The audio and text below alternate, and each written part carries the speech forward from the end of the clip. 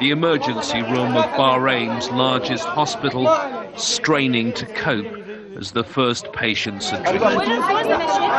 Doctors battle to save the most seriously ill. This man has a bullet lodged in his brain. There was a rush of people, injured, casualties. There are hundreds of patients who were brought in the hospital. There are still people who are lying in the roundabout. There are still people who are thrown in the street. We don't know how many patients are there so far. And they've stopped the ambulances from going there again, once again. For one doctor, the stress was too much. Some patients have clearly been traumatized by what's happened to them. Relatives are angry. This woman says she hopes God will bring down the Khalifa family. The hospital beds are full.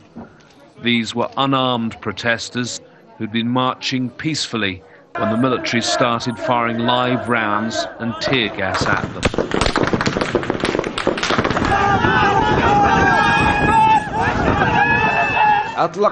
They fired at us from all sides, using guns, rubber bullets and live ammunition. It came from everywhere, from the air, from the riot police and the Air Force. They used tear gas, really all kinds of weapons.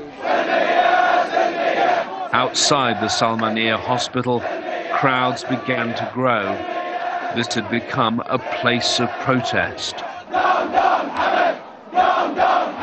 Down, down, Hamid, a reference to this country's ruler, King Hamid.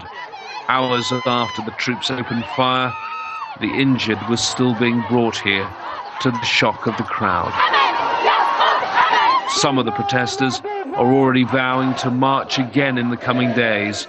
They say the heavy-handed tactics of the authorities will not stop them. Al Jazeera, Bahrain.